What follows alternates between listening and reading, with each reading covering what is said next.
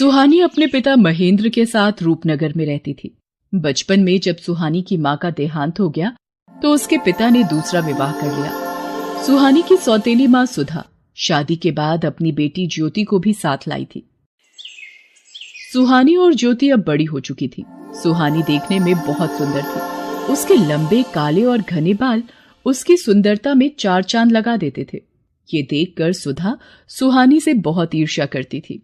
एक दिन, ज्योति, तुझे कितनी बार बोला है तू भी सुहानी जैसे सुंदर बालों वाली बन। देख उसके बाल कितने काले, लंबे और घने हैं। पता नहीं कितने महंगे महंगे इत्र और खुशबू वाली जड़ी बूटियां लाकर दी हुई हैं। पर तुझे घूमने से फुर्सत मिले तो तू बालों पर ध्यान देना। सुहानी को देख कितने सुंदर बाल है उसके।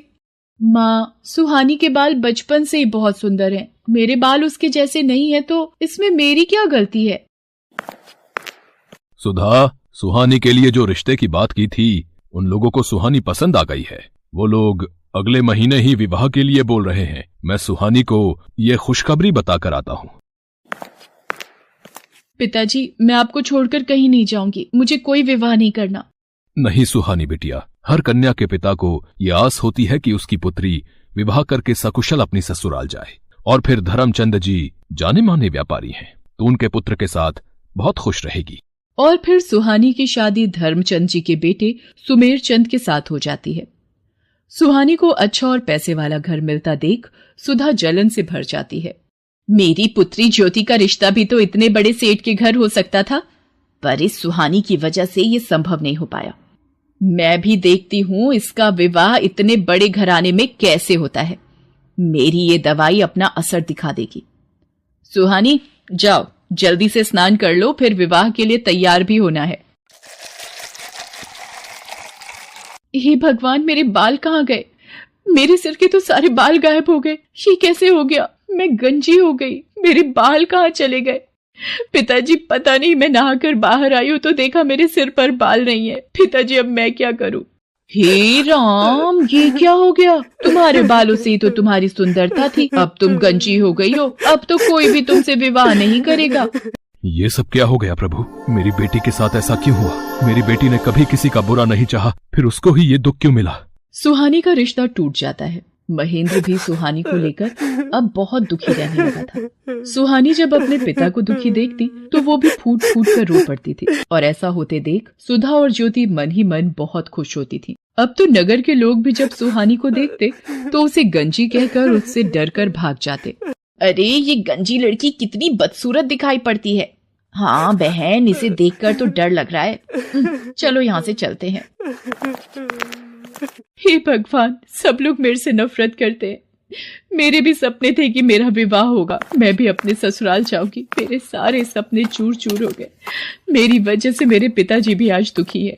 फिर मैं जीकर क्या करूंगी? तभी सुहानी के सामने उसकी माँ प्रकट होती है। माँ, आप कहाँ चली गई थी मुझे इस दुनिया में अकेला छोड़कर? मैं तुम्हारी मदद के लिए धरती पर आई हूँ। तुम बहुत अच्छी लड़की हो। अब तुम्हें निराश होने की आवश्यकता नहीं है। मैं तुम्हें ऐसे बाल दूंगी जिन्हें देखकर लोग तुम्हें कभी नहीं भूल पाएंगे। मैं तुम्हें सोने चांदी के बाल प्रदान करूंगी। जैसे ही सुहानी की माँ सुहानी के सिर पर हाथ फेरती है, सुहानी के सिर पर सोने चांदी के बाल आ जाते हैं। सोने चांदी के सुनहरे चमकते बाल सुहानी की खूबसूरती को और बढ़ा रहे थे।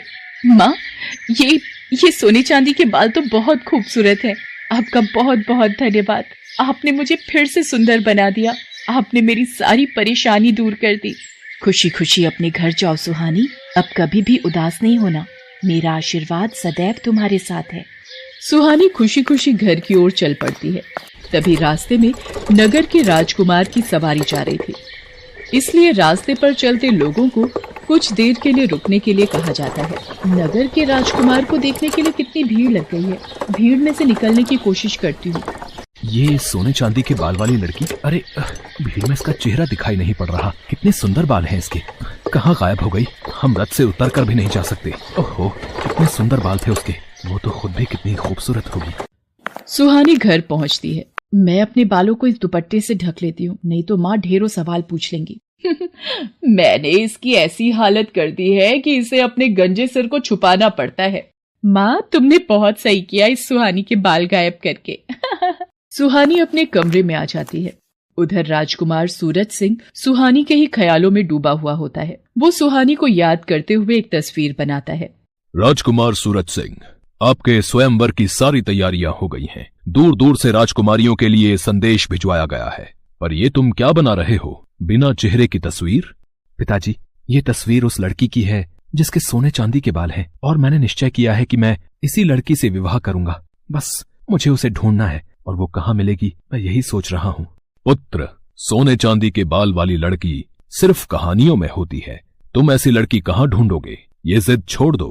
पिताजी, चाहे मुझे पूरे नगर में ऐलान ही क्यों ना करवाना पड़े, मुझे सोने चांदी के बाल वाली लड़की ढूंढनी है, और जिस लड़की के भी बाल सोने चांदी के होंगे मैं उसी से विवाह करूंगा। सेनापति जी, नगर में ढिंढोरा पिटवा दिया जाए। जिस लड़की के भी बाल सोने चांदी के हैं, हम उसी लड़की से विवाह करेंगे। राजकुमार के कहने पर नगर में ढिंढोरा पिटवा दिया जाता है। क्या राजकुमार सूरज सिंह उस लड़की से विवाह करेंगे जिसके बाल सोने चांदी के होंगे? मैं कल ही अपनी बेटी ज्योति के बालों में सोने और चांदी का पानी लगा दूंगी। राजकुमार को क्या पता लगेगा, और विवाह के बाद तो उन्हें ज्योति को स्वीकारना ही होगा। हाँ, ये ठीक रहेगा।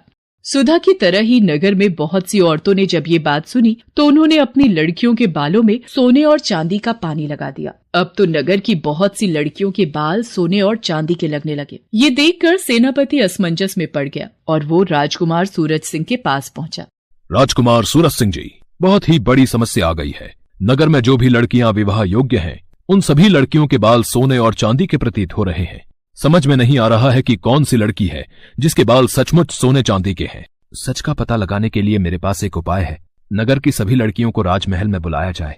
सेनापति नगर की सभी लड़कियों को राजमहल में आने का संदेशा देता है। ये लड़की कौन है? इसे भी महल में चलने का आदेश दो। सेनापति जी, पर ये तो गंजी है। सेनापति सुधा की बातों पर ध्यान नहीं देता और ज्योति के साथ साथ वो सुहानी को भी राजमहल ले जाता है। आप सबको मैंने इसलिए आमंत्रित किया है कि मैं अपने लिए उचित वधू ढूंढ सकूं, पर आप सबने ही अपने बाल सोने और चांदी के कर लिए। अब एक एक करके सभी कन्याएं इस फव्वारे के नीचे खड़ी होंगी और बालों की सच्चाई सामने आ जाएगी। ये क्या हो रहा है? अब तो ज्योति की सच्चाई राजकुमार के सामने आ जाएगी कि इसके बालों में सोने चांदी का पानी चढ़ा हुआ है। एक एक करके सभी लड़कियां फव्वारे के नीचे खड़ी होती हैं और उनके बाल धुलकर पहले जैसे हो जाते हैं। बस ये आखिरी लड़की रह गई है राजकुमार, इसे भी फव्वारे के नीचे खड़ा करना है। पर ये तो गंजी है, इसके बाल तो मैंने हो, ये मैं क्या बोलने जा रही थी। इनमें से तो कोई भी लड़की सोने चांदी के बाल वाली नहीं निकली। पता नहीं वो कौन थी। बस ये आखिरी उम्मीद रह गई है। सुहानी घबराते हुए सिर से अपना दुपट्टा उतारती है। सुधा और नगर के सभी लोगों की निगाहें सुहानी के सोने चांदी के बाल देखकर दंग रह जाती हैं। सुहानी फव्वारे के नीचे खड़ी हो जाती है। उसके बाल तो सचमुच सोने चांदी के थे। ये देखकर राजकुमार खुश हो जाता है। हम तुमसे विवाह करना चाहते हैं, क्या तुम्हें मंजूर है? आपको पति के रूप में पाना मेरा सौभाग्य है, पर मेरे बिना पिताजी। सुहानी बेटी, अब वक्त आ गया है तू इस दुख भरी जिंदगी से आजाद हो जाए और खुली हवा में सांस ले सके। तुझे जीवन में बहुत दुख मिले हैं, पर अब राजकुमार सूरज सिंह के साथ विवाह करके तुम बहुत खुश रहोगी। सदा खुश रहो मेरी बच्ची। सुहानी को उसकी अच्छाई का फल मिल जाता है और राजकुमार सूरज सिंह के साथ उसका विवाह संपन्न हो जाता है और सुधा अपने हाथ मलती रह जाती है।